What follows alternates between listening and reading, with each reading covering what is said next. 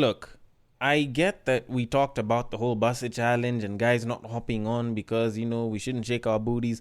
But honestly, I think it's getting a little out of hand when you see guys hopping onto the bassy challenge for all the wrong reasons.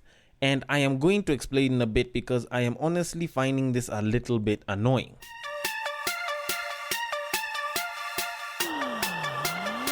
Get ready for the battle of the sexes.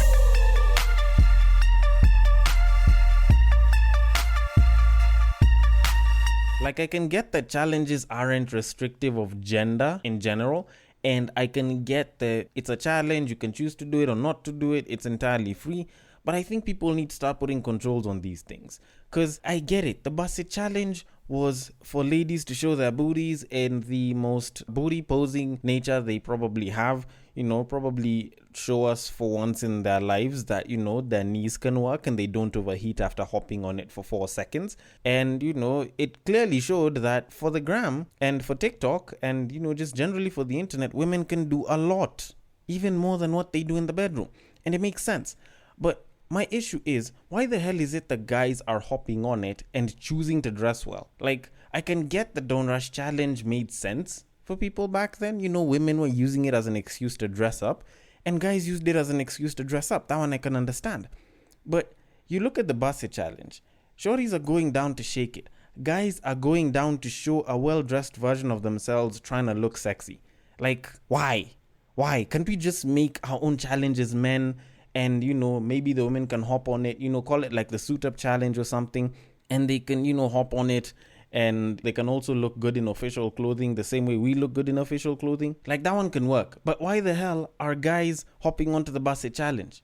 Like, I don't even understand why. Because the bassy challenge was to show booty. I'm not looking for a guy to go and show how well dressed they are. Let them go and do it on their own IG posts and TikTok videos. But anyways, much as I would love to continue ranting about my thoughts and opinions on guys hopping onto the bassy challenge for all the wrong reasons, we have a podcast to do. And considering that it's the beginning of a new season, we might as well do it in probably the most throwback-ish way possible. So, in typical fashion, welcome to Break Time on Westside, your number one break time podcast, coming to you from Nairobi, Kenya. The man on the mic is a man who is not for guys doing the bassy challenge, whether you're shaking booty, dressing well, or none of that. He is a man whose favorite form of cardio is running his mouth. It is none other than your tall, dark, and mildly handsome man, Sir Denver B. The show is Battle of the Sexes, the show where we take a deep dive into men and women's issues when it comes to love, sex, and relationships, break them down in the most logical way possible, and then called misogynistic and uninformed. Now, I do want to start by saying welcome to season 6 of Battle of the Sexes. We've been going on for such a long time, over 60 episodes, and this is episode 61. So if you haven't caught up, feel free to listen in on all the episodes from episode 1. Tweet Street comes back on Friday as well, with season 4.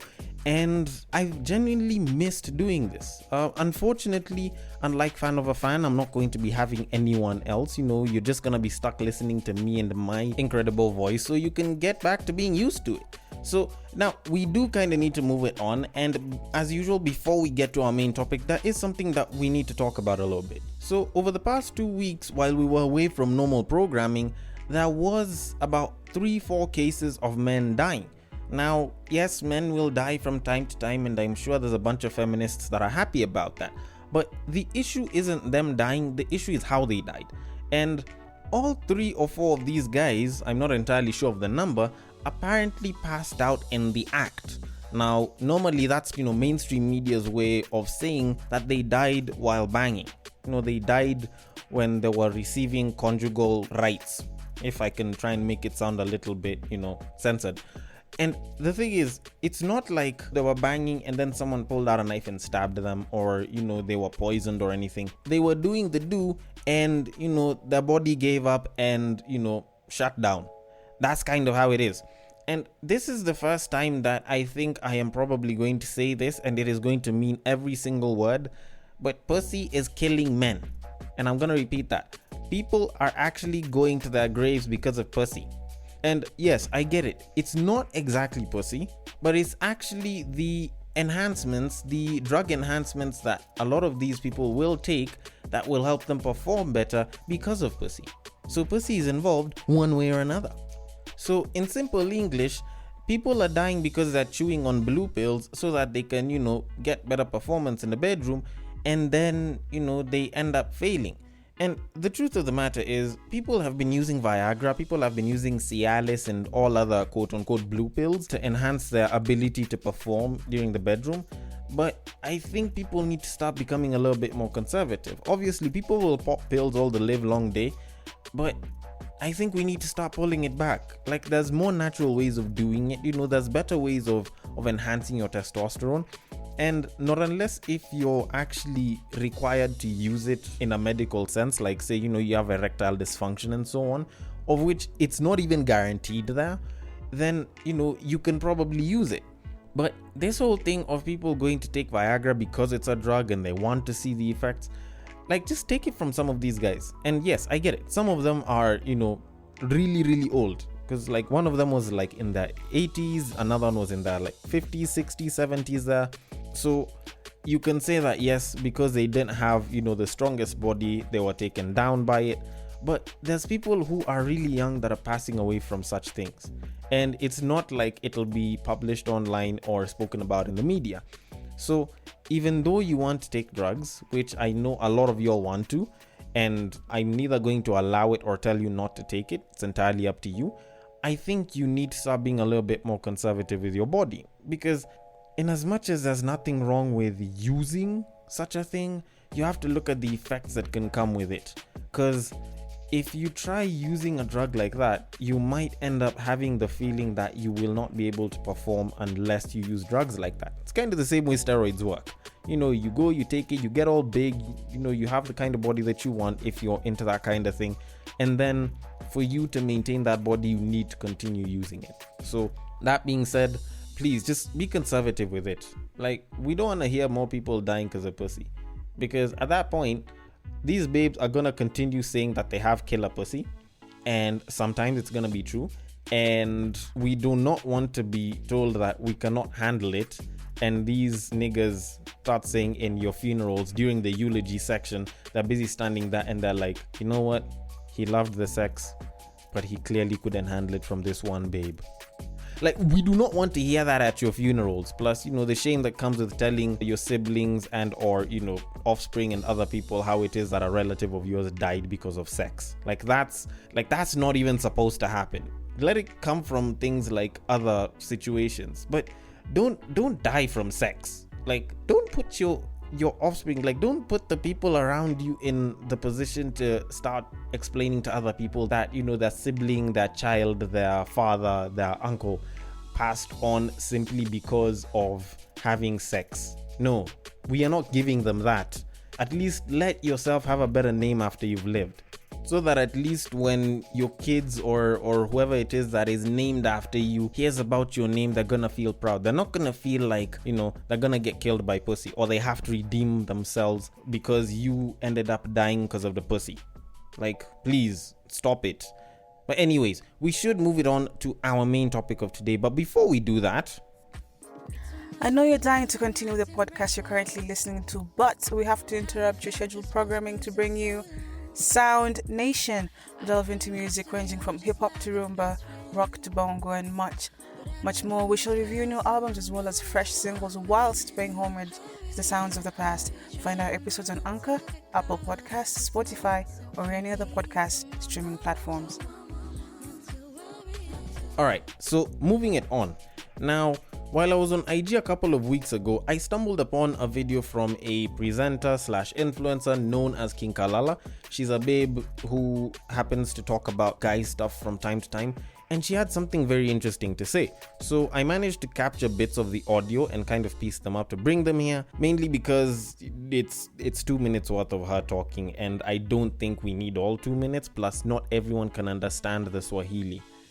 I have to take account of the people that live in other parts of the world that don't understand it. So let me just play it for you guys and then we can discuss it. So the other day I had a conversation, and this actually came from a chick. Nowadays alikuwa anauliza best yake, "Bedhe, what's your idea of a real woman, a woman?" And this girl's like, "I want a woman, taking care of the house, taking care of the kids," which is cool. Now, what pissed me off is like this chick, alisema jati that's slavery. Because number one, let me ask, if you're a maid, does it make you less of a woman? No, it doesn't. But I want women to understand this. And this is the reason why everybody's somebody's girlfriend and somebody's side chick and somebody's FWB, but nobody's wife.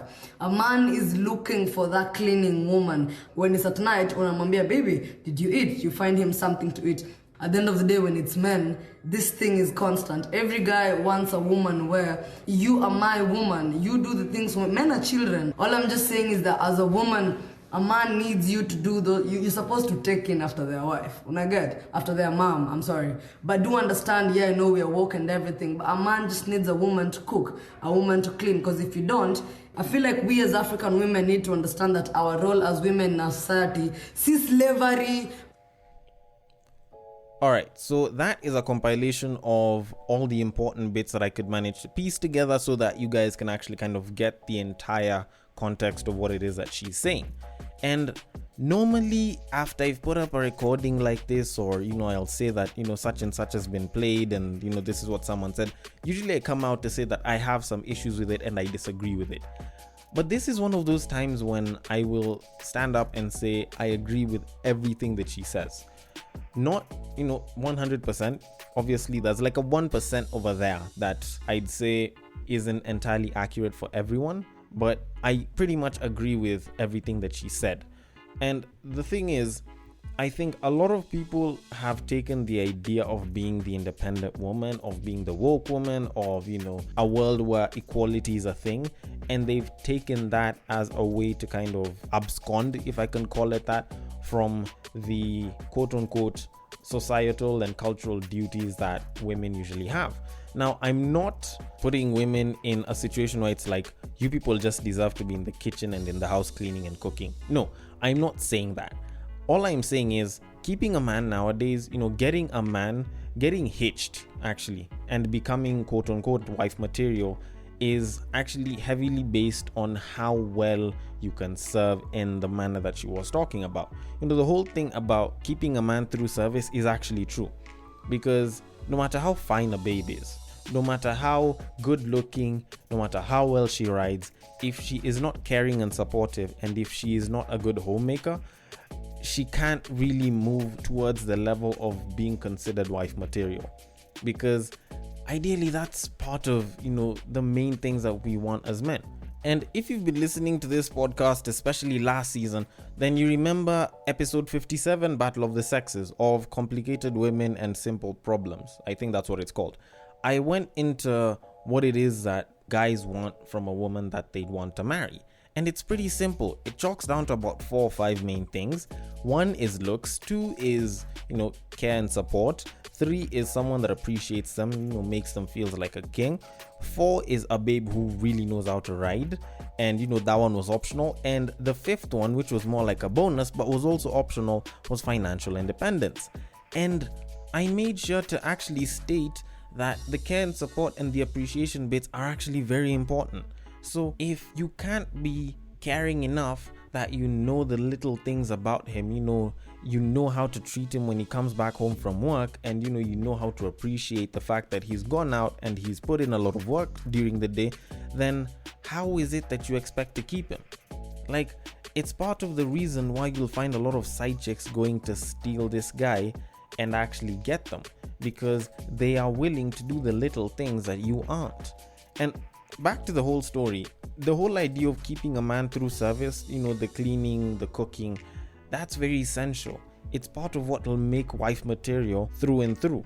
It's one of the most essential things that will make up wife material, because if you leave it all to the maid, the minute the maid chooses to make a move on your mans, there's a pretty good chance that your mans might end up falling for this maid. Like, just saying. They don't have to look the best. Ideally, sometimes they just have to have a good body. And boom, they've already gotten your man. And to kind of just elaborate on this, let me give you guys a quick story that I got from a lecturer a couple of years back when I was in campus. So she was telling us about her campus days and how she used to, chase this one guy around and she really wanted to be with him. And, this was back in like the 70s, the 80s there. So it was this one guy that she really, really wanted. And funny enough, there was also another babe that she knew that wanted the same guy. And both of them were kind of, trying their way to get into this guy's heart. And what this other babe used to do is she used to make sure she looked good, she had the makeup on, she dressed well, she had, nice fancy clothing, the type that can make all the right parts, just shoot out and get accentuated, if I can say it that way. And she used to look good, and she had a nice body, pretty face, and she'd always go and like chill with this guy and just make him feel sweet and all. And what she used to do, because she didn't have a lot of money back in the day, she used to dress simple. She didn't have any fancy clothing. She couldn't, always look the absolute best every single time. But what she did is every single time she'd go to this guy's place, she'd make sure that the place is like spotlessly clean. She'd clean up after him, go, wash a bunch of things here and there, because, she'd chill for a bit of a while, clean the dishes, make sure everything looks nice and well organized. And she'd chill with him and they'd spend time together. Then she'd go, she'd make some really good food. And by the time she's leaving, she'd leave a clean house with well-made food. And they did this for a bit of a while. And at the end of it, this guy chose to start dating now my lecturer. And as of now, they are married and they have their kids and everything. So, as far as that goes, happily ever after is in order. So, that being said, it does kind of come back to the whole idea of being attractive, not by how you look, but by what it is that you do.